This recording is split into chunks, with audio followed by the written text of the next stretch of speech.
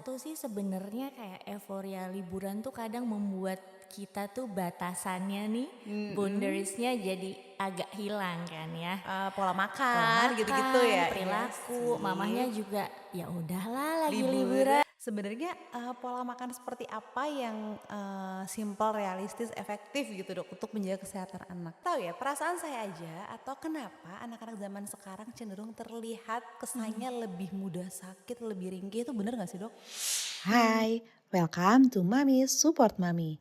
Karena setiap ibu butuh pelukan dan dukungan. Assalamualaikum, welcome back to Mami Sport Mami Podcast. Hari ini aku kedatangan tamu yang istimewa sekali. Seperti biasa, beliau-beliau yang datang ke sini berarti luar biasa istimewa. Hari ini tamu aku adalah seorang dokter anak yang pasti para mamis happy banget nih kalau udah narasumbernya dokter anak gitu ya. Pertanyaannya banyak banget. Mari kita sambut Dokter Lina Satria. Halo Mbak, Assalamualaikum. waalaikumsalam. Terima kasih ya sudah hadir ke podcast kecil ini. Sip, sama-sama. Iya, gimana nih, Dok? Jadi beliau adalah, sobi padel saya juga. Seorang dokter di tengah kesibukannya ya masih menyempatkan untuk berolahraga tetap ya, Dok, Iya. rutin dan rajin ya. Terus kita tarik ke sini, kita challenge di sini nih untuk memberikan ilmu-ilmu beliau gitu kan. Karena Dok, Mami Sport Mami ini adalah podcast yang emang viewersnya para mamis ya, Mhm. mama-mama muda. Jadi kayaknya di momen liburan ini gitu ya, banyak banget pertanyaan ibu-ibu yang mau ditanyakan nih Dok, ke Dokter Lina. Oke, Yang juga seorang ibu ya Dok, ya. beliau juga seorang ibu dari 2 anak perempuan umur 12 tahun dan 5 5 tahun. tahun. Yes, jadi mungkin pertama yang buat opening Dok, kenapa kalau liburan anak-anak suka sakit? Nah itu PR para mamis tuh, Mhm. kenapa ya Dok kalau liburan sekolah anak-anak malah sakit nih, kita mau jalan-jalan gitu ya. Kenapa malah kalau nggak pulang jalan-jalan gitu kan sering banget, pokoknya di momen liburan nih Nah. anak pasti sakit gitu, kenapa sih, Dok? Iya betul. Jadi kalau kita di dokter anak tuh di poli Mbak, biasanya Mhm, udah tahu tuh peak-peak tertentu kapan iya, liburan terus pasien rame, nanti ada bener. peak, kosong karena mereka Itu pergi emang liburan. liburan bener Iya, terus ya? nanti kayak gini nih Desember nanti Mhm, akan full di Januari itu iya biasanya, pulang pulang liburan. liburan, Itu kenapa ya. sebenarnya, Dok? Satu sih sebenarnya kayak euforia liburan tuh kadang membuat kita tuh batasannya nih, Mhm, boundariesnya jadi agak hilang kan ya. pola Pola makan gitu-gitu makan, ya? Iya perilaku, mamahnya sih, juga ya udahlah lagi liburan liburan, gitu ya. tapi iya juga Bener, sih, atau oke. personal hygiene si anak jadi agak, hilang hilang kontrol nih ya. Bener. Apalagi di era sejak non pandemi beres kan kita jadi agak lupa ya bawa hand sanitizer misalnya, bawa tisu basah. Tetap harus ya Itu tetap sebetulnya. harus continue karena, eee, contohlah Covid ya, kan nggak Mhm, pernah nggak ada, sampai sekarang ada aja, cuma mungkin case-nya nggak sebanyak dulu bener gitu. Jadi sih. sebenarnya personal hygiene si anak maupun orang tua tetap harus continue dijaga sampai sekarang, itu Oke. pertama. Yang kedua, kita berhadapan sama perubahan iklim yang cukup ekstrim, ya nggak Mbak?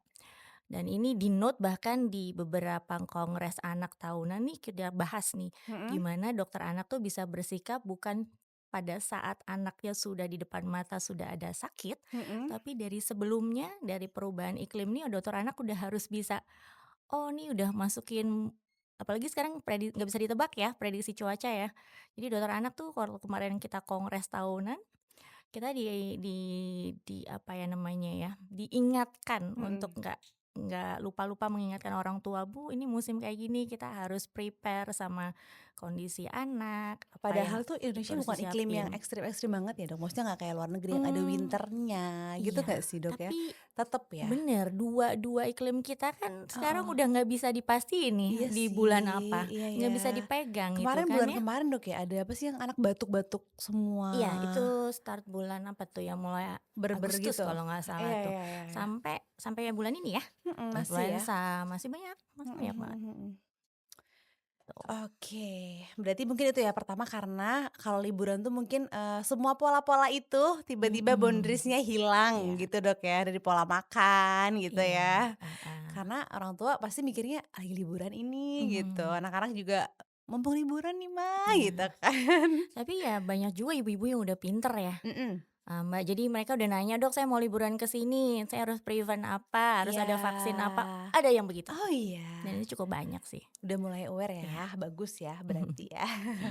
Tapi Dok, nggak tahu ya, perasaan saya aja atau kenapa anak-anak zaman sekarang cenderung terlihat Mhm. kesannya lebih mudah sakit, lebih ringkih, itu bener nggak sih Dok? Mmm, kita balik aja ke satu teori atau konsep ya, Mbak. Jadi Mhm, kalau, mau terjadi penyakit kan harus ada faktor host-nya, si anaknya sendiri, oke, kedua faktor agen penyebabnya, mhm, kuman, which is itu virus, apa bakteri, ketiga faktor lingkungan. oke, Ketiga itu harus ada, menciptakan satu, berjalan bersama akhirnya timbullah satu yang dinamakan penyakit gitu. Dia oke, bisa terinfeksi, infeksinya terus daya tahan tubuh turun akhirnya jadi sakit. mhm. Nah, misalnya kalau bicara perilaku ya tadi, Berarti terakhir tuh sebenarnya dari tubuh mhm, anak ya Dok ya? Maksudnya, eee, bakteri, virus tuh kan di mhm, mana-mana ada ya? Bener betul, nggak sih Dok? yes, betul. Tapi ya itu bergabung menjadi 3, nggak Iya, mungkin cuma satu. Misalnya ada kuman tapi anaknya cukup, imunnya bagus. bagus, Iya, lingkungannya bersih, hygiene-nya terjamin, iya iya iya sanitasinya iya. oke, makanannya terjaga, ya nggak jadi Nggak penyakit. jadi Mungkin cuma penyakit. sebatas terinfeksi, tapi nggak bergejala. Ah, So, kita nggak bilang itu oke. penyakit.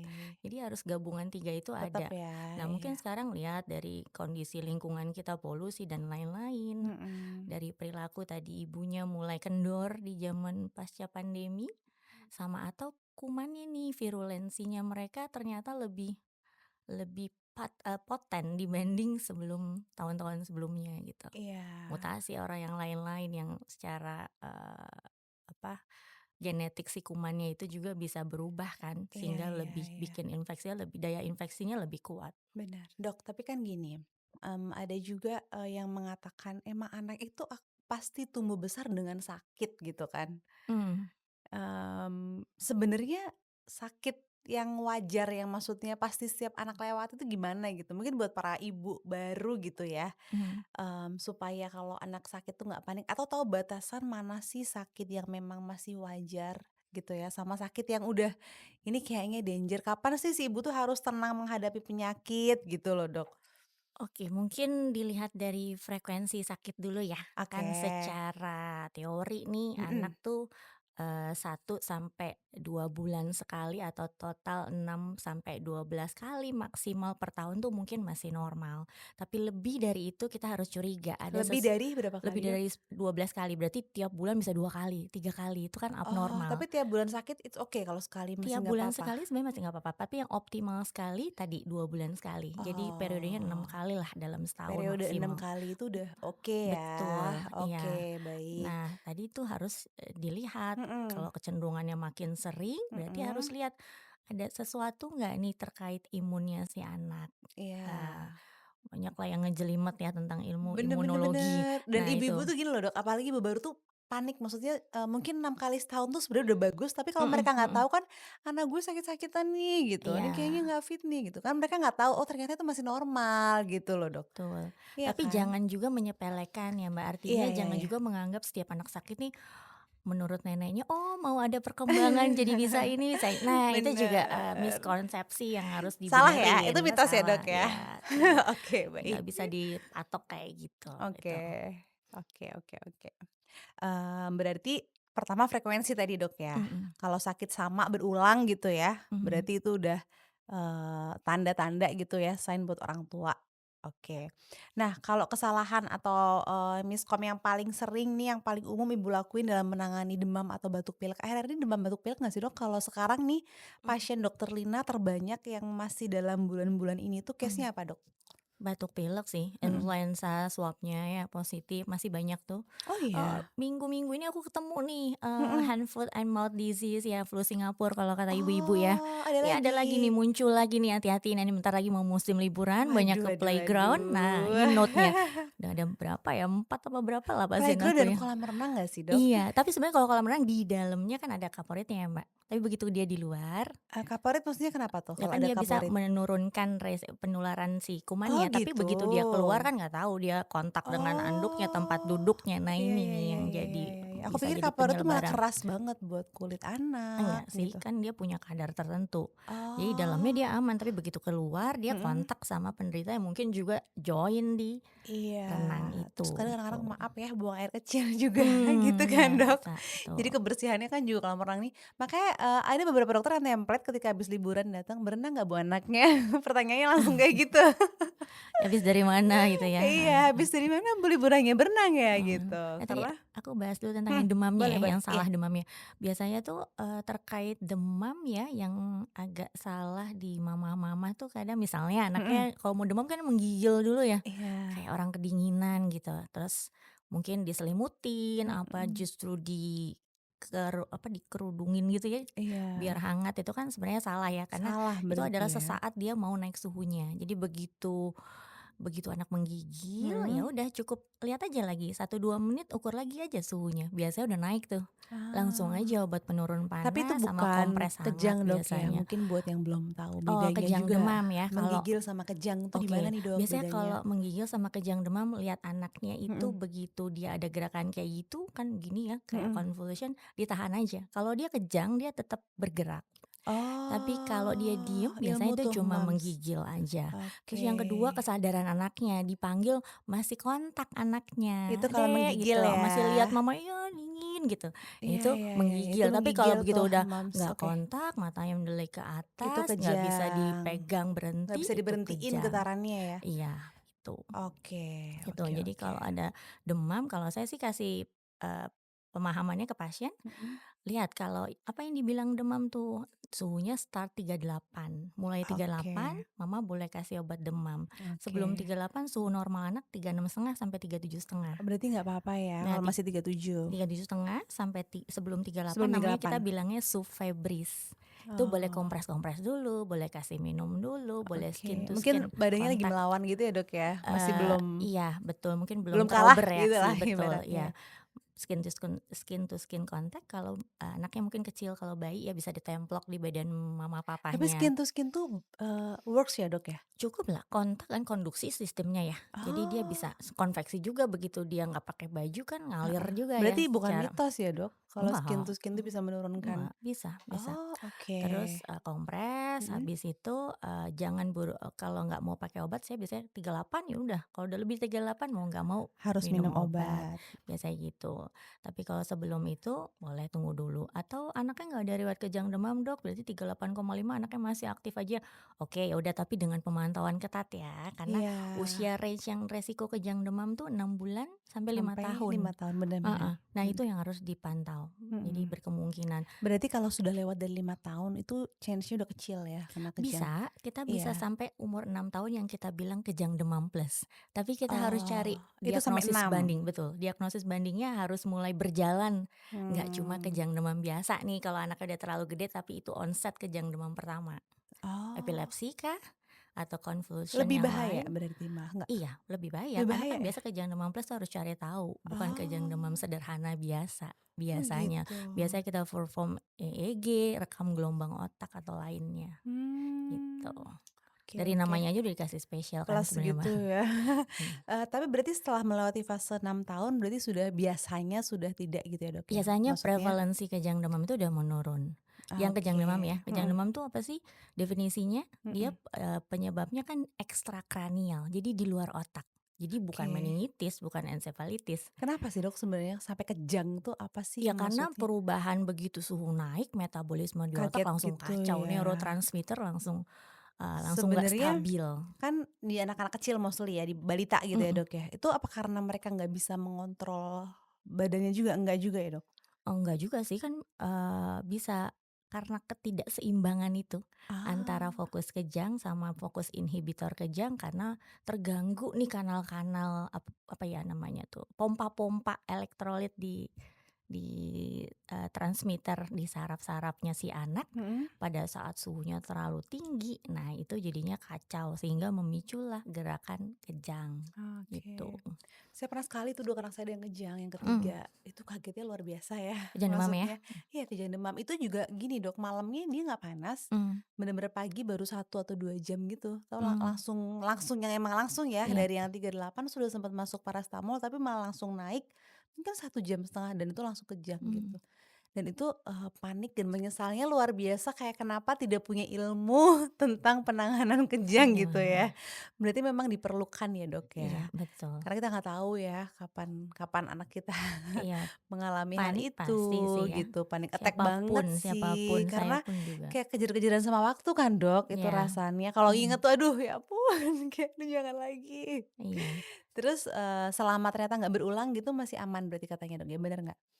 Apanya tuh yang kejang Maksudnya demamnya ya? Iya, iya, karena punya 2 kan, ada yang sederhana, ada yang mhm, kompleks. Nah, yang berulang tuh namanya yang kompleks. Kalau kompleks, kompleks kita itu biasanya yang khawatir, kecenderungan dia berulang lagi, iya, begitu dia demam lebih besar lebih besar lagi? dibanding yang cuma Oh, onsetnya cuma sekali pada saat dia demam terus dia kejang. kalau ada, orang tua yang anaknya pernah kejang demam, itu Iya, apa yang harus dilakukan, Dok?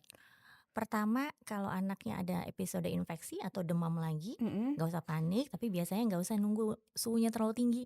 oke, Udah suhu febris tadi yang saya bilang di bawah 38, di atas 37,5 udah boleh masukin obat langsung demam. masukin Nah, obat, itu oke. yang untuk kejang sederhana. Beda lagi pada anak yang kejang demamnya waktu episode pertama berulang. Oh, Kadang dokter anak bekalin obat pencegah kejang iya yang betul. diminum. Oh Nah, diminum, ada lagi iya, yang dimasukin ada itu yang kan, minum, ada Dok? yang pantat. Biasanya kalau untuk mencegah kita masih main yang Yang diminum diminum, dulu nih. oh kalau yang Kalau pantat tuh udah pertolongan pertama betul, ya? sebelum terjadi kejang kan. Tapi Iya, begitu udah kejang udah masuk yang lewat tubur lewat dubur betul, suppositoria heeh. gitu. Dan saya selalu edukasi, punya ya di rumah obat demam lewat anus dan obat anti kejang lewat anus. Itu pasti mereka udah Oh, siap tuh di iya kulkasnya iya iya kan, iya iya. gitu. Iya, jadi kalau buat, mamis ya anaknya punya kejang, punya riwayat kejang ya, berarti paling nggak ada obat penurun panas yang lewat dubur tadi, sama satu lagi yang buat kejangnya itu ya, Dok, ya? Betul, kejang demam ya. Kejang demam, Nah, iya karena betul. ada kejang lainnya yang non kejang demam. Oke. Nah, terus Dok, kalau bicara imunitas nih Dok, apa sih faktor yang paling besar yang benar-benar mempengaruhi daya tahan anak gitu? Karena kayaknya di zaman sekarang itu, imun lebih gampang terserang ya. Maksudnya yang aku lihat nggak tahu ya kalau dari POV seorang dokter ya, kalau dari POV kita para ibu itu, kesulitan kita adalah memastikan anak-anak kita memakan makanan yang sehat gitu. Sedangkan, mereka sekolah gitu kan, jajan di sekolahan kita juga nggak bisa membatasi gitu kan. Sepertinya dari pola makan yang tidak bisa rapih dan sehat terus itu udah pasti bikin imun nggak sekuat anak zaman dulu mungkin ya? Iya nggak, Dok? Itu gimana tuh? Sebenarnya sih proses imunnya mungkin sama ya, Mhm. lagi-lagi nih kita main keseimbangan Oke. faktor-faktor gitu.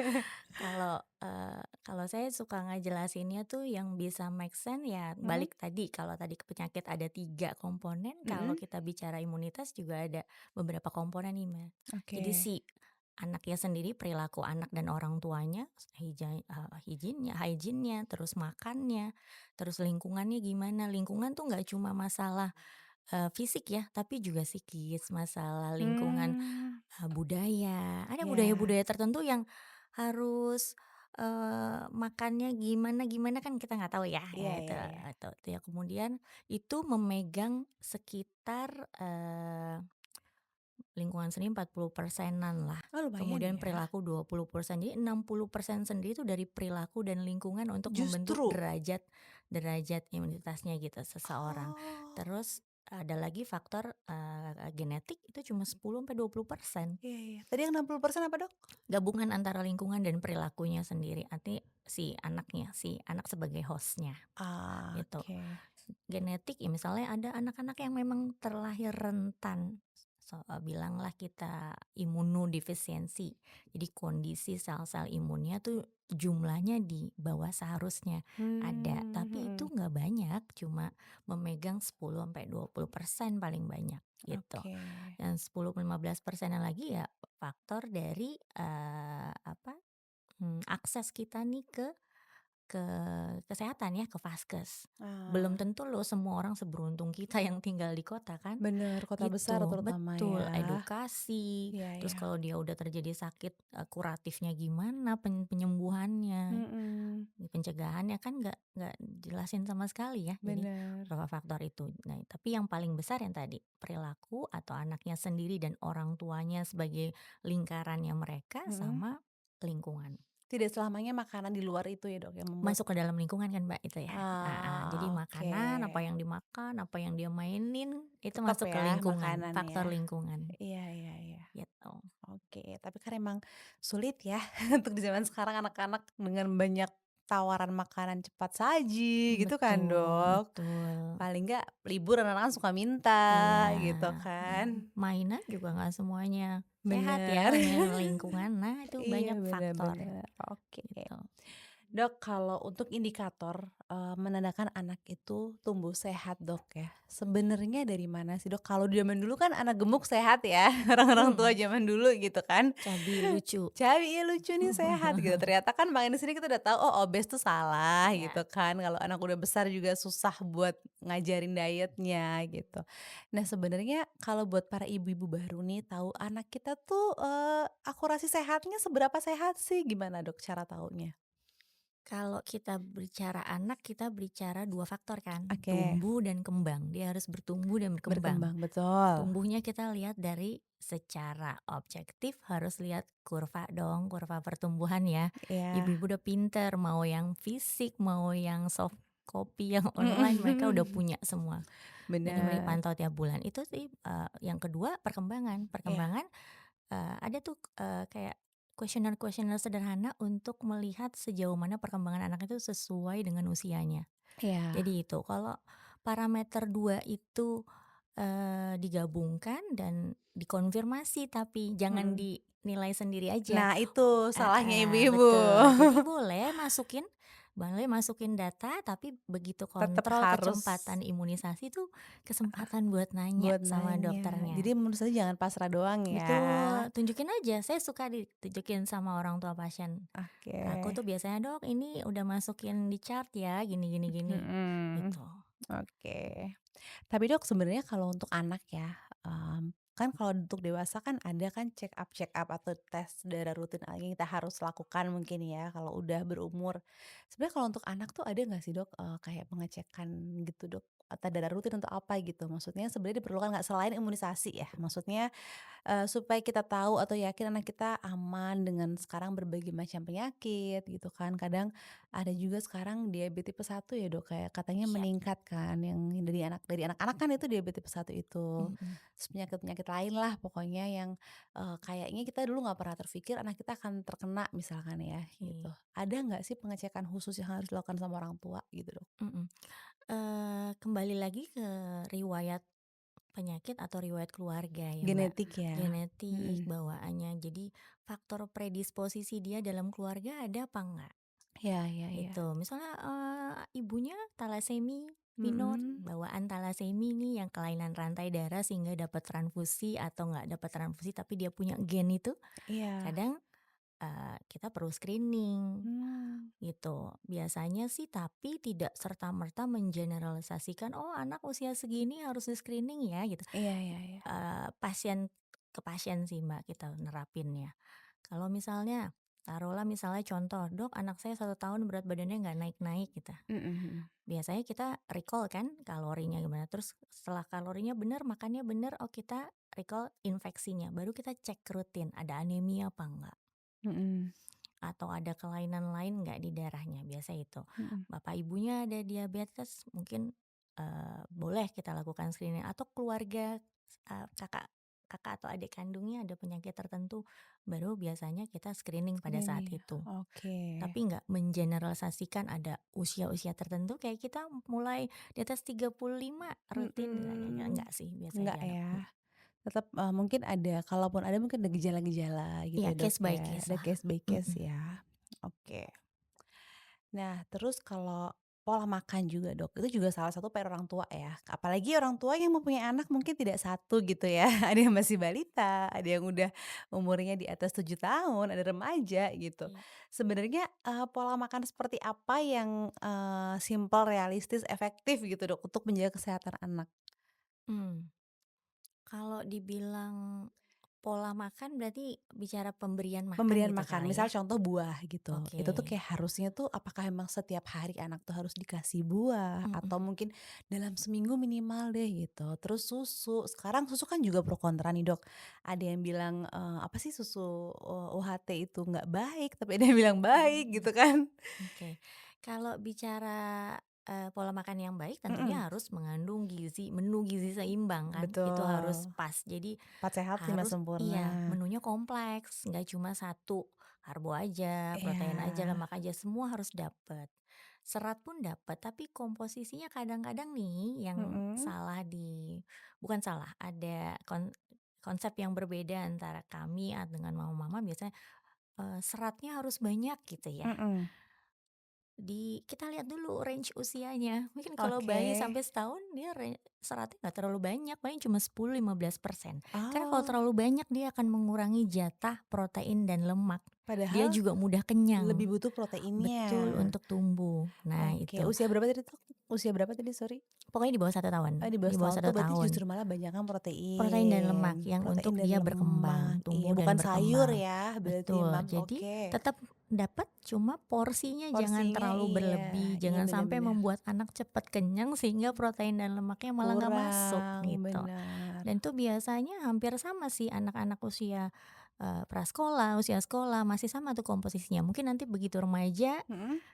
setelah remaja, nah itu baru tuh, yang mau menjelang adult, nah baru tuh komposisi seratnya mungkin bisa kita tambahin. Memang kayaknya Jadi yang kebalik tadi tapi ya, 15, Dok, ya? iya, tapi Kalau kita lihat sebenarnya sekarang kalau kita mau bicara kayak gitu tuh kayak iya secara alami kita kan? kayak gitu. Iya, Kalau kalau kita udah bayi berumur kita nyari jujurin loh. sayur-sayur, Nah, kalau udah tua mumpung nyari sayur mereka kan? belum tapi bener Dok, kalau bayi kan masih gampang nih masukin sayur, begitu udah SD udah mulai kan susah kan Iya bisa karena ngomong daging ada protein mhm, aja, padahal iya, justru malah butuh ya. selalu butuh mereka, cuma Iya iya iya porsinya iya. harus dipertimbangkan juga, Oke. gitu.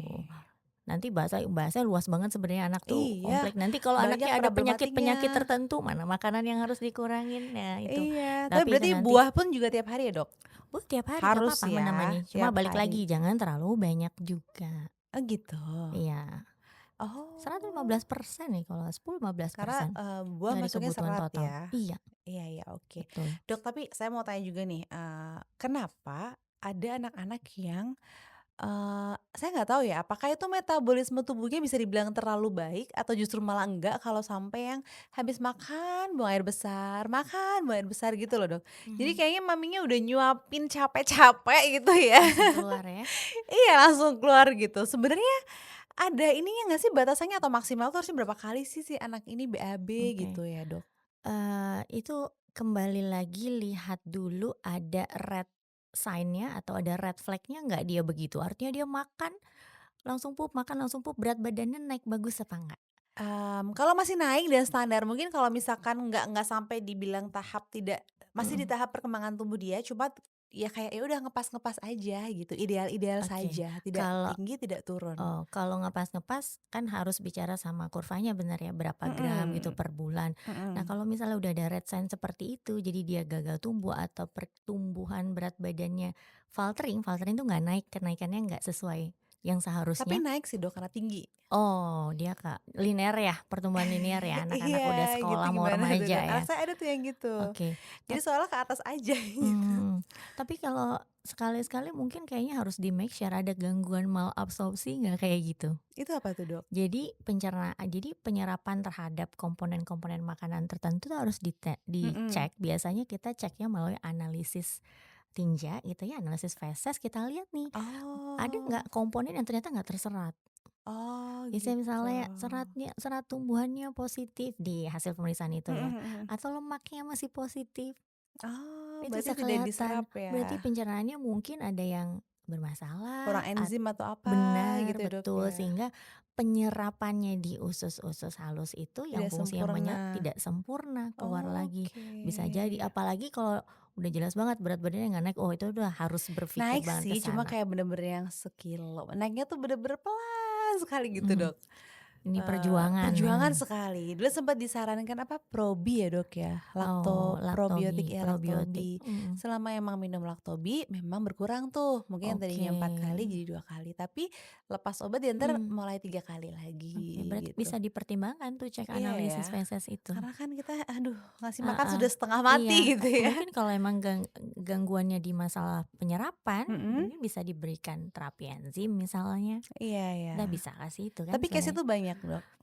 Lumayan, Lumayan? cuma, ya mungkin yang entry-nya lebih banyak masuk mungkin ke pediatrik gastro ya, yang anak Mhm, subspesialisasi pencernaan. Nah, mungkin entry-nya lebih ke ke situ sana, ya. gitu. Tapi emang di sini kalau kita mau berobat pun harus ke dokter anak dulu gitu ya, Dok, ya, Ya dapat harus rujukan benar, baru betul ke betul. gitu. Karena nggak semuanya juga kita refer ke konsultan kan Gitu ya, sebenarnya. Dok. Kenapa sih, Iya, Dok? Saya masih menjadi mhm pertanyaan, mhm. kenapa nggak boleh langsung aja ke gastro anak gitu? Karena Mungkin belum tentu penyakitnya itu ya? betul atau sebenarnya bisa di-cut di general pediatrician, di dokter anak umum tuh sebenarnya udah bisa Oh, tertangani. oh gitu. Cuma kalau misalnya udah beberapa kali, kita Oke. juga punya, harus punya pendapat dari para konsultan Iya ini, gitu. sih. Misalnya kita mau nanganin kasus case taruhlah, diarenya udah lama, diare kronik gitu, kita Mhm. boleh tanganin dulu, begitu tetap nggak perbaikan, nah sok atuh, Baru. lahannya bukan lahan Iya dokter anak iya. umum Soalnya lagi. kadang kalau POV para mamis kan kayak, "Aduh ke dokter ini Heeh, aja udah antrinya lama," gitu ya, kayak betul. kesannya kenapa harus muter-muter gitu ya. Iya, tapi kalau di kota besar ya mungkin bisa bypass kali ya, langsung Iya saya mau iya ke iya. konsultan nih karena emang targetnya kan di beberapa tipe B ke atas kan mulai konsultannya harus Iya. ada semua lengkap. Oke Dok, tadi dokter bahas dehidrasi aku juga jadi inget ya Dok, sebenarnya, dehidrasi kan juga salah satu masalah yang mungkin buat para mamis bikin deg-degan ya, bikin takut ketika anak dehidrasi. Apa yang harus dilakukan ketika anak, apalagi balita ya, dehidrasi dan bener-bener nggak mau minum pun gitu Dok?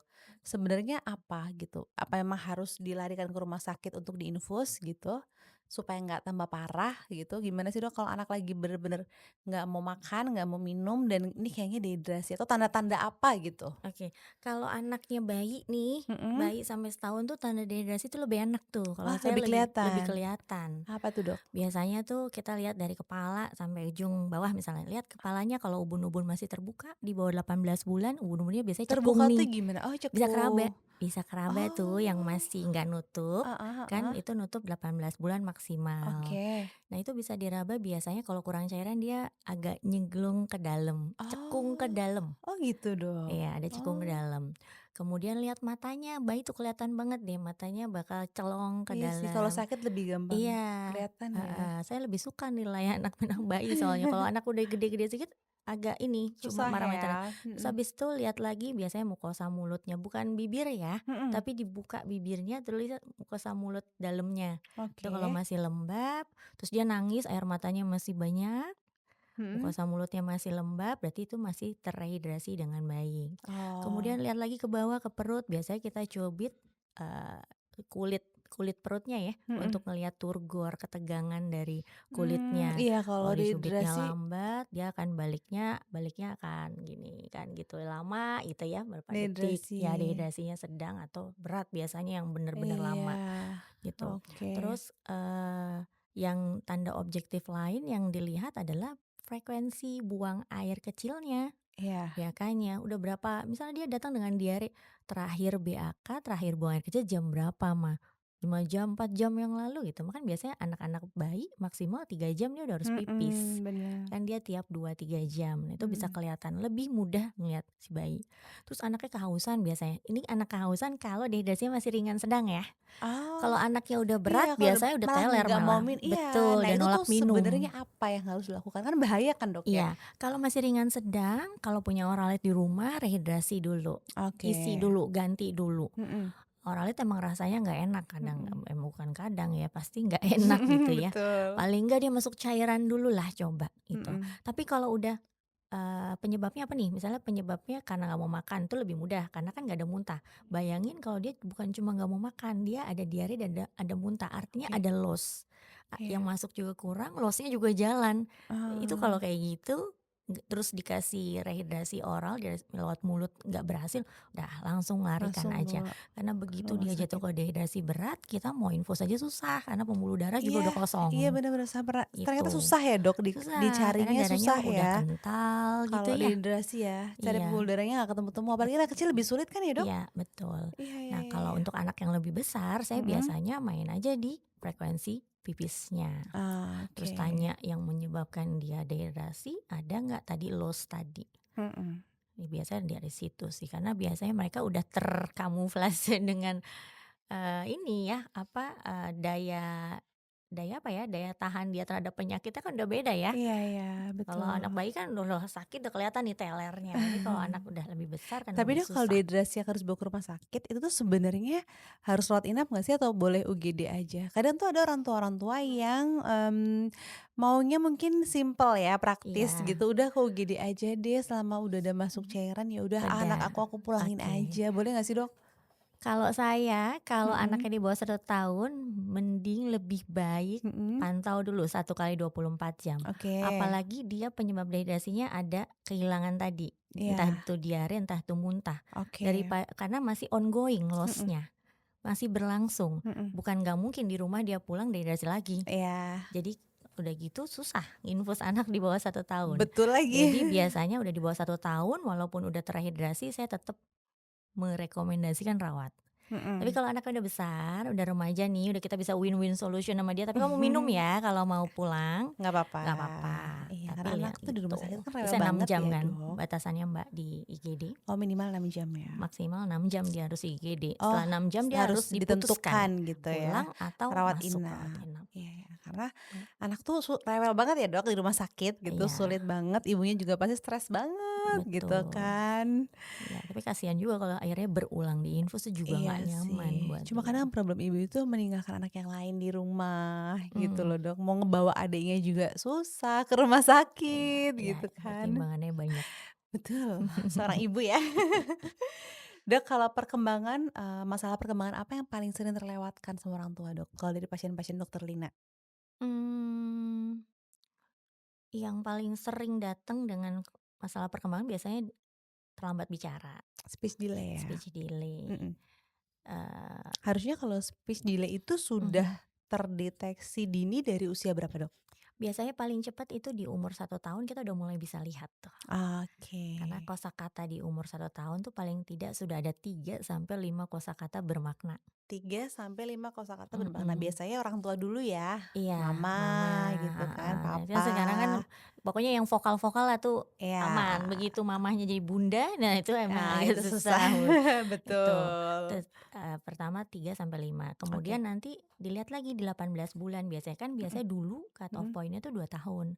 Tapi Oke. sekarang tuh lebih awal kan lebih baik, Lebih baik, gitu untuk bener-bener. ditata laksana. Biasanya saya cek lagi nanti 18 bulan, udah nambah belum kosakatanya. Mhm. Kalau belum nambah itu langsung ke entah itu ke dokter tumbuh kembang Mhm. untuk, dievaluasi perlu terapi bicara cukupkah cuma itu atau ada lain. Kalau cuma gangguan bicara yang ekspresif artinya cuma yang dia mengerti perintah, dia mengerti bahasa-bahasa makna yang disampaikan oleh Iya, lawan bicara, itu paham lebih gitu mudah. ya, Itu mhm, cuma terapi wicara aja cukup.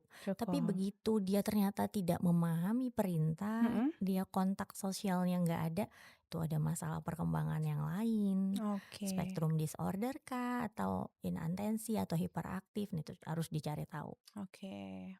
Kalau masalah stunting masih banyak nggak Dok pasien dokter Lina? Mmm, beberapa tahun ini ya mungkin 2025 yang datang ke poli swasta udah mulai berkurang ya, Berkurang ya? Dulu kan berkurang ya. kayaknya jadi momok banget ya Dulu tuh stunting pada banyak banget anak tuh gitu. 2002, 2023 kalau nggak salah ya. Oh iya? Heeh, saya banyak dapat rujukan waktu itu emang kita kerjasama dengan puskesmas sekitar, Mhm, eee, ya walaupun sekarang masih ada tapi kayaknya 1, 2 karena apalagi biasanya kalau anak-anaknya udah banyak, mhm, suka mengeneralisasikan mungkin akan sama nih kayak kakak-kakaknya, nanti bener juga lagi, tinggi sendiri gitu iya. kan ya. Emang begini semua anak saya kecil semua, nanti besar sendiri Dok, gitu. Tapi kalau Iya, anak pertama biasa begitu, kurvanya udah jelek sedikit udah langsung langsung ya langsung gitu. gitu.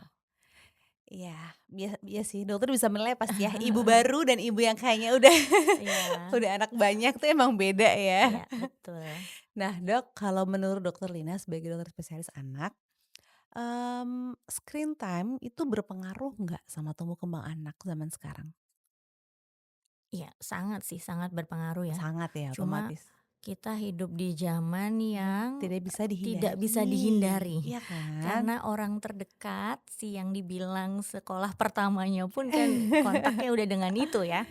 Cuma mungkin kita Bener, bisa kasih batasan gitu. iya, Tapi yang saya, sangat sangat benar-benar tidak boleh atau minimalisir realisir sekali banget. itu di bawah 2 tahun sebenarnya. Oke, itu sepakat sih. Betul, dia belum Kalau di ajak bicara bawah dan 2 tahun lain-lain. jangan sampai sama sekali, Iya, harusnya jangan kenalin sama betul. screen, sama gadget apapun ya, Iya. screen time, Terus oke. kalau di atas 2 sampai 5 usia Mhm, prasekolah nih, mhm, ya mungkin dibatasin 1 jam aja cukup. oke, Usia remaja 2 jam harusnya ya, harusnya. oke. Cuma semua tuh balik ke kesepakatan sebenarnya orang tua dengan anak juga nih.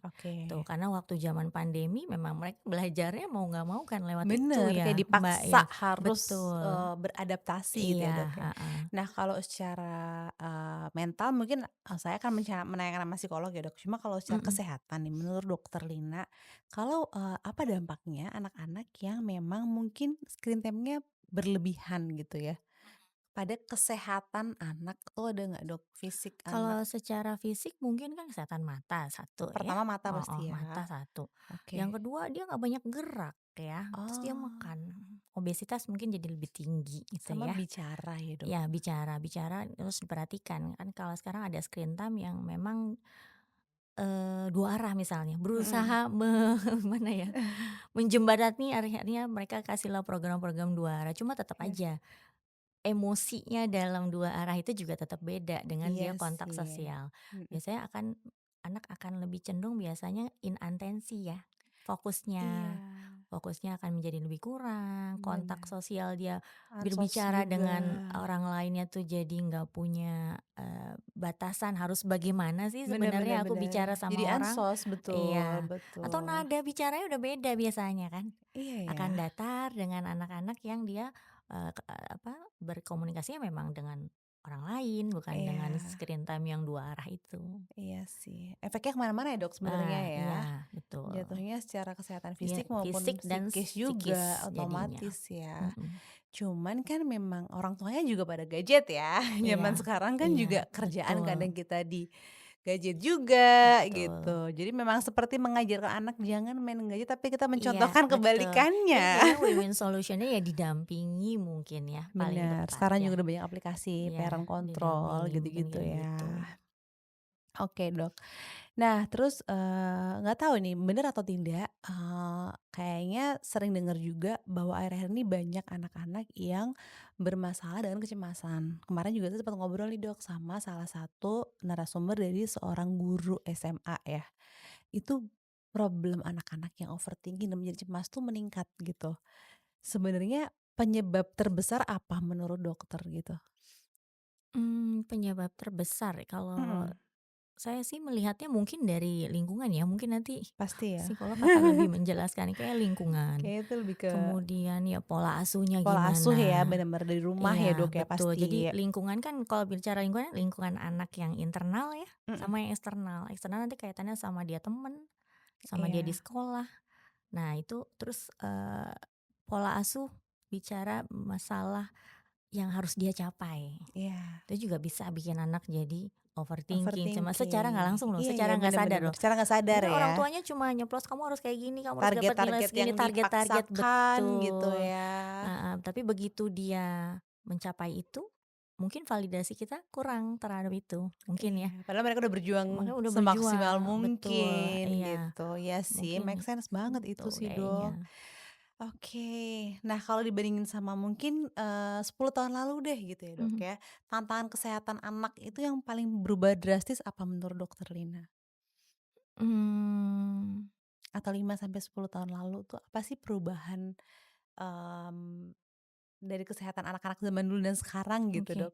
Kalau dari segi penyakit mungkin kayak re-emerging disease ya, yang tadinya sudah bisa ditekan sama imunisasi, Mhm vaksinasi mhm. muncul lagi itu Oke. kalau dari segi penyakit.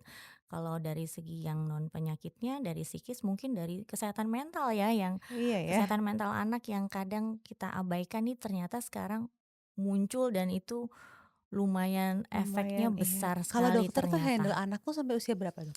17? 18 tahun kurang sehari. Oh gitu? Jadi 17 tahun 29 hari Itu masih harus periksa ke dokter anak 23 jam. ya? Iya Oke, betul, masih harus dokter baik. anak Karena meskipun dia masih udah merasa panjang. bertumbuh ya? Iya, Tapi katanya kalau pertumbuhan apa sih Dok, cowok ya yang sampai 21 bener nggak? Atau yang apa ya? Apa cewek? Enggak ya? apanya? Pertumbuhan 21 cowok, cowok tapi itu ya? kan sebenarnya kita pakai kenapa kita pakai 18 tahun kurang sehari itu berdasarkan Heeh, undang-undang di, apa, negara kita. negara kita sama di kalau nggak salah di Komnasnya Anak ya, kita pakai Oke. batasan itu. Nah sebenarnya ada lagi nanti kalau bicara di daerah, kalau kan banyak yang sudah menikah terus 16 tahun.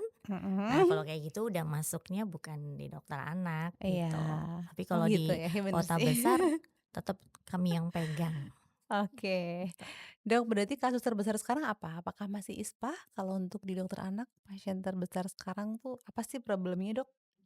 Paling banyak ya ISPA, kemudian Mhm. kedua diare masih banyak juga. Terus DBD nggak pernah hilang kayaknya ya, nggak ada Iya musimnya. ya, DBD gak ada musimnya, Sekarang bener nggak ada bener bener musimnya. bener. Kalau dulu ada musimnya hujan gitu ya. Iya. Sekarang kayaknya sepanjang tahun selalu ada sih pasien ya. Itu. Terus Alergi meningkat nggak, Dok, kalau sekarang? alergi, iya, beberapa waktu 3 bulan ini nih, mulai Heeh. masuk musim dingin hujan banyak yang meningkat, Oke, kalau musim lumayan dingin tinggi hujan tuh juga. berarti yang ke udara, Iya debu gitu ya, betul, Dok. heeh, Kalau karena yang kena alergi asma. susu sapi gitu sama intoleran laktosa ya, itu gimana sih, Dok, cara mengatasinya gitu? Kalau ada, ibu-ibu yang anaknya nggak boleh minum susu sapi, alergi, itu berarti harus diganti kedelai, itu bener nggak? Susu kedelai?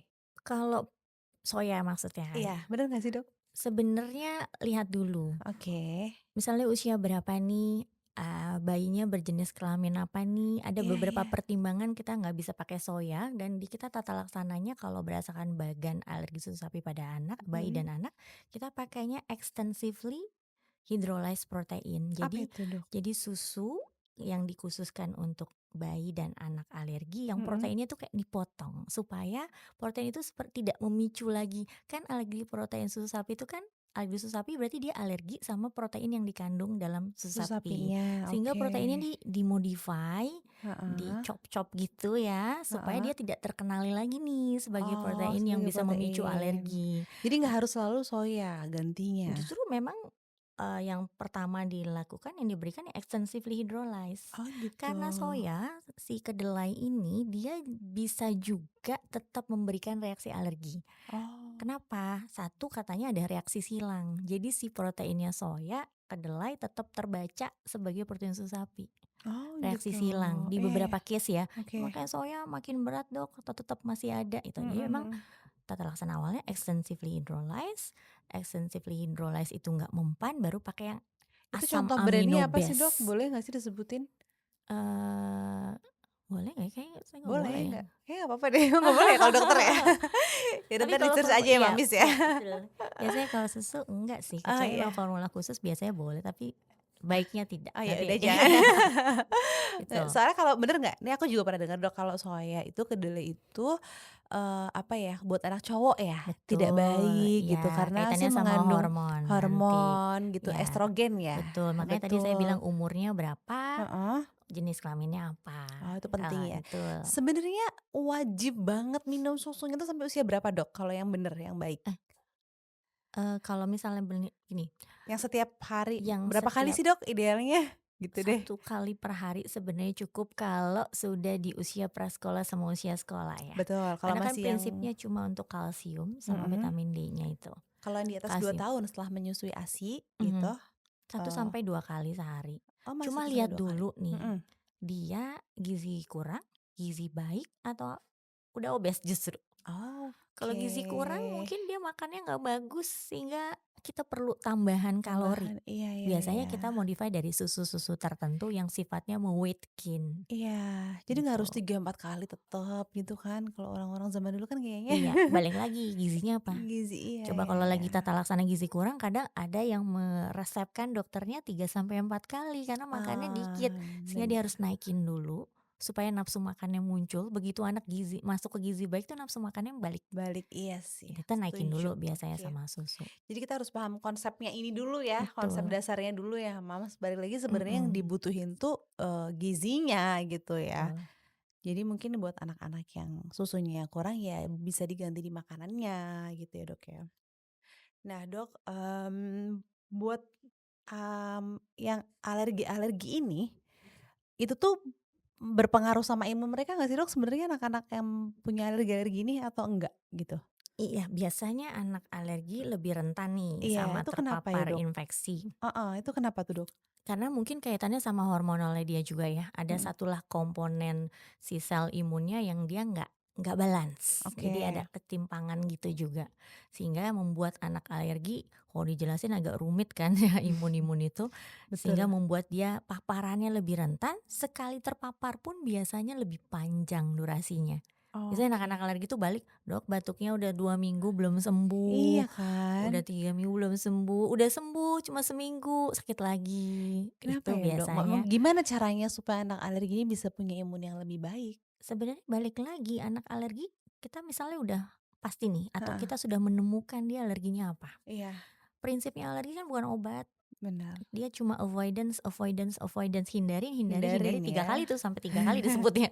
Jadi Oke, dihindari dulu, cari tahu penyebabnya apa, kemudian oke, dihindarin. mhm, Kalau memang diperlukan reaksinya berat, gejalanya berat, kadang perlu obat, tapi hindarin dulu. Artinya kalau dia alergi debu, alergi bulu, ya berarti di rumah nggak ada tuh komponen-komponen bukan perlu itu. tambahan vitamin lagi tuh bukan obatnya bukan itu ya, Dok? Beberapa, evidence base ada yang bilang vitamin D Oke, misalnya, probiotik kadang ada yang bilang itu iya, secara evidence dia bisa membantu membantu, anak alergi untuk meningkatkan imunnya, oke, itu. Dan itu ya juga, cukup cukup, efektif. cukup efektif ya. Nah, bicara vitamin D juga sekarang kita juga akhir-akhir ini sering dapat dapat kabar bahwa anak-anak tuh Mmm, penting banget, mhm, harus ada asupan tambahan vitamin D. Itu iya, betul ya, Dok? Dan dari usia betul, berapa dan dosisnya berapa mungkin boleh nggak dikasih tahu, oke. Dok?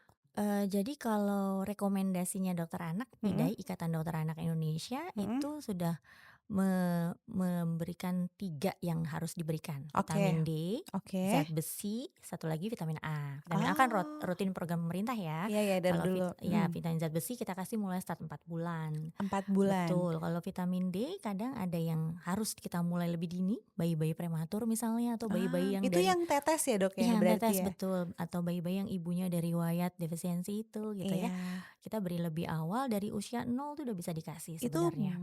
berapa lama pakainya jangka waktunya, Dok? Yang direkomendasikan IDAI itu sebenarnya, 3 vitamin ini adalah sampai usia 2 tahun. Tapi nanti Mmm, dievaluasi ulang, anak rutin ya? ya betul, anak alergi mungkin bisa lanjut tuh si vitamin D-nya.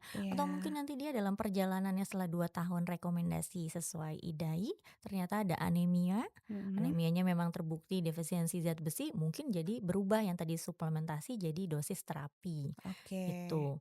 Nah, berdasar kalau usia 0 sampai 1 tahun biasanya cukup tuh 400 unit, di atas 1 tahun 600 unit untuk maintenance ya. mhm, Beda lagi kalau kita ngomongin anaknya lagi sakit. lagi sakit, Itu ya ya, biasanya dokter anak suka double di-double dosisnya iya. untuk meningkatkan Kalau imun. anak SD, Dok, vitamin apa yang paling cocok untuk ibu berikan nih, mungkin usia-usia di atas 6 tahun ya, Dok? Yang M mungkin ada nggak sih vitamin yang diperluin terus gitu, long last, terus kita mhm. kasih asupannya gitu untuk anak-anak SD?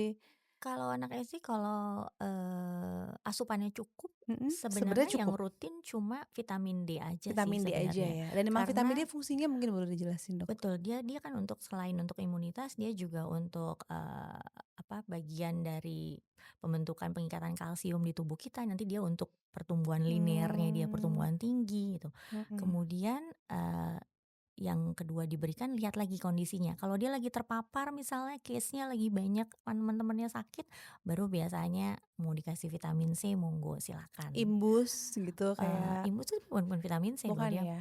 Imbus tuh merek ya, saya nggak nyebut loh. Iya, maaf ya, aduh ini harus di-cut nggak nih, Dok? Jadi itu kan imunomodulator, Oke, imun ya modulator itu imunomodulator. sebenarnya diberikan ketika boleh nggak ketika teman-temannya lagi pada sakit dikasih itu tuh bener atau salah sih, Dok? Atau sebenarnya kapan yang Di tepat? some case kadang dia bisa menimbulkan reaksi yang berlebihan begitu dia terpapar sama infeksi itu. Oke, Jadi kalau imunnya udah cukup ya nggak usah nggak di usah. itu Nggak, sebenarnya, cuman, vitamin sebenarnya C aja, waktu minum apa tadi namanya, Dok? imunomodulator. Imun modulator itu kapan kita harus minum? Memang ketika dirasa lagi banyak yang sakit, supaya anak nggak tertular gitu nggak sih? Konsepnya bener nggak, Dok? Ya konsepnya seperti itu, Atau paparannya setelah terlalu habis tinggi, sakit anak supaya lagi aktivitasnya lagi banyak misalnya, heeh, asupannya lagi nggak oke, pencegahan sekitar kan itu? iya betul, Bukan pencegahan. bukan misalkan setelah pulih terus dikasih lagi, itu bener nggak kalau gitu, Dok? Kalau polisi sebenarnya nggak usah, kalau Nggak dia perlu udah ya? optimal secara imun mah nggak usah ya. Oke. Kalau saya lebih suka mainnya di vitamin C, zinc, sama, satu lagi apa, vitamin D. Itu dia bisa Ah, triple jadi untuk imunitas, kalau cukup zinc tuh sebenarnya. balita ya, Dok, ya? Yang sering dibutuhin?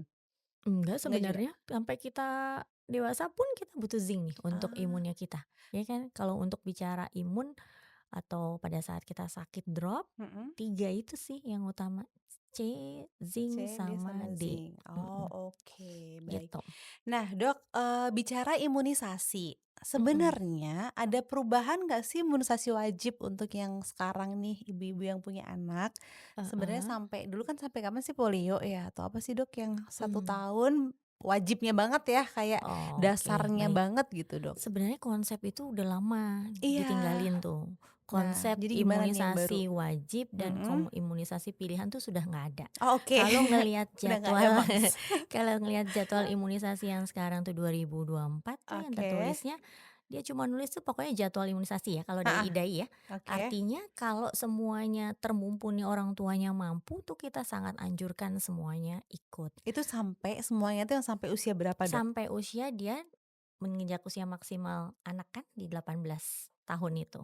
Oh, sampai delapan Iya, jadi belas. kalau ngelihat gambar jadwal tuh mama-mama bisa lihat tuh, bisa di-searching sendiri, Mhm. itu ada tuh sampai 18 tahun. Nanti misalnya yang dia padat sekali biasanya emang 1 tahun pertama. Betul. Habis itu 1 sampai 3 tahun Padat ya, antara bukan wajib padat. berarti ya dong? Padat dan wajib sebenarnya, wajib Nggak, sebenarnya. maksudnya berarti salah kalau kita bilang wajibnya di setahun doang tuh salah ya? Beda, kita harus lanjutannya harus lihat, Oke, boosternya harus dilihat gitu. oke, baik. Jadi, nah terus 1 3 tahun agak nafas dikit walaupun tetap ada yang di, booster-booster setahunan biasanya, Oke. influenza kayak atau ada usia yang dia baru dapat di usia itu kayak tifoid, tifus. Nah kemudian di usia 3 menjelang 5 nanti baru ada ulangan lagi di 5 tahun, terus ya 7 Oke. tahun. Jadi Lihat memang deh harus booster tahunan terus aja tuh yang pasti, diberikan mhm. ya, sampai bahkan usia sebelum dewasa berarti ya, Iya, Dok? betul. Soalnya kadang kan kalau di SMP udah kayak orang tuanya udah kayak, "Ah, udah deh kayaknya," gitu kan. Nah, itulah program BIAS di situ berfungsi, Iya, Bulan iya, iya. Imunisasi Anak Sekolah. Itu untuk Iya, mengingatkan orang tua yang sudah agak bener. tidur dengan imunisasi anaknya. Jadi ingat kan Betul, HPV, betul, yang untuk, betul. serviks ya muncul Kalau lagi. anak yang tidak rutin imunisasi, efeknya apa di zaman sekarang ini, Dok? Itu akhirnya kalau banyak satu aja yang berkonsep kayak gitu, kita kan harus punya kekebalan kekebalan Betul. lingkungan gitu ya, Mhm, mhm. hereditary immunity itu. Nah, itu harus ada targetnya, nilai yang tercakup sama imunisasi itu harus di atas 90. Begitu Ah, satu itu diikutin sama rombongan banyak. jamaahnya gitu ya, ya itu akan membuat yang sudah tervaksin ya percuma. Ah, Bangkitlah tadi yang udah tertekan sekian tahun, contoh cacar ya, kan udah heeh. ter Teredam gitu teredam, ya? tiba-tiba nggak ada yang vaksin lagi misalnya pada saat pandemi kemarin, Mhm. re-emerging dia. Itu yang re-emerging disease tuh yang dulu sudah sempat tertangani dengan vaksin, Ternyata naik sekarang lagi naik case-nya. Itu lagi. dampaknya Tapi, sebegitu. Dok, cacar, campak tuh kita ibunya masih bisa kena ya, Dok? Kalau dulu belum pernah kena Kalau belum pernah kena ya, heeh, karena dia kan dewasa kekebalannya pun bisa? betul, Bukan yang hanya menyerang anak-anak saja? betul. Kalau dia belum punya Imun kekebalan itu, imun yang imunitas ya? yes, betul. Oke, oke Dok, mungkin terakhir nih kita mau tanya-tanya Dok, apa sih hal yang sering bikin Ibu panik menurut dokter padahal tuh nggak perlu? Mungkin dari pasien-pasien Dokter Lina gitu, yang paling banyak case Ibu suka panik banget, sebenarnya ini nggak perlu Mmm, dipanikin Bu, gitu. biasanya kalau demam, Mhm, nah demamnya nggak turun-turun, iya, tapi demam nggak turun-turunnya tuh di hari pertama, range 3 hari pertama. oke, Karena range 3 hari pertama itu ya masih berjalan infeksinya. mhm, Mau dirawat pun biasanya masih tetep masih up ya, and down. iya. Ini yang kadang bikin mama-mama Cuma kalau kan udah emang demam itu betul, panik Dok, iya sulit memang. sekali untuk Sebenarnya tidak panik ya. justru kalau anak terinfeksi dia demam berarti tubuhnya masih merespon. Oke, Kita tuh naikin suhu, demam tuh kan sebenarnya bukan penyakit ya, demam iya, tuh kan gejala. gejala, Kita tuh kayak naikin tanda suhu gitu ya? supaya bakteri sama virus yang masuk tuh bisa mati. Mmm, Mungkin semakin tinggi demamnya memang semakin virulen, semakin infeksius tuh si mmm, kumannya sehingga tubuhnya harus ngerespon lebih iya iya tinggi. iya iya, Tapi habis dia udah menang kan sebenarnya berangsur-angsur peak demamnya turun. Ya ada di case-case tertentu memang marker infeksinya tinggi, terus naik. mengarahkan ke bakteri, mungkin harus kita support sama Sebenarnya antibiotik. yang Nah itu mau nggak mau. maksimal berapa sih Dok? Maksudnya dokter bisa bilang jangan terlalu panik tuh kalau demam berapa?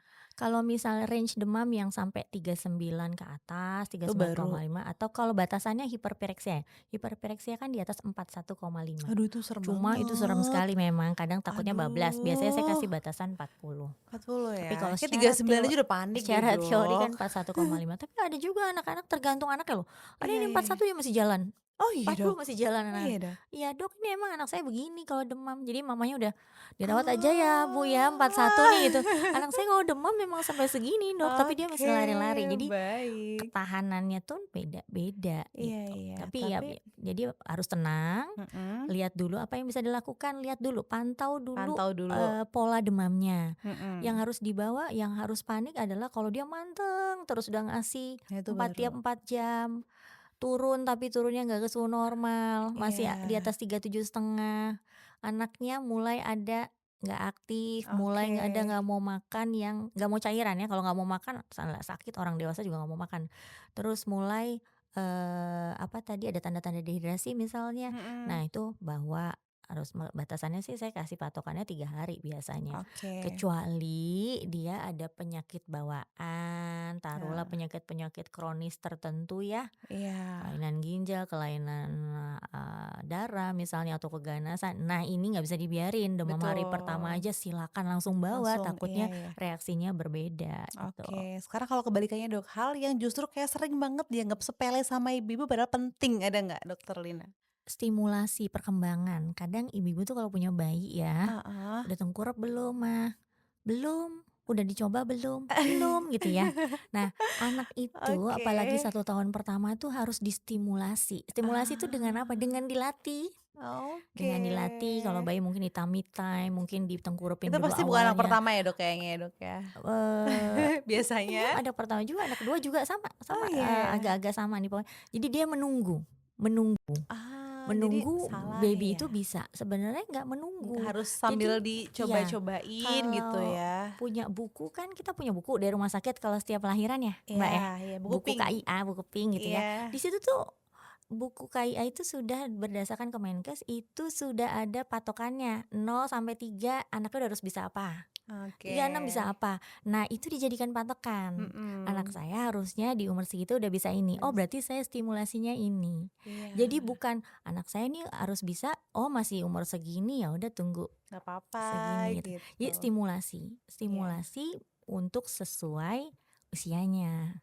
Itu yang oke. agak, jadi dia, jadi para mama-mama nih bisa kasih ASI dengan baik, MPASI luar biasa lebih pinter dari dokter-dokter anak ya, Waduh, oh bener loh menu-menunya kreatif ya kreatif kan? banget ya. Heeh. Iya Nah iya iya. tapi stimulasi kadang suka, Kadang suka lupa ya ya. lupa Jadi gitu. memang, proses tumbuh kembang anak khususnya bayi itu ya juga sambil distimulasi, Dirangsang, dirangsang gitu betul ya. dirangsang.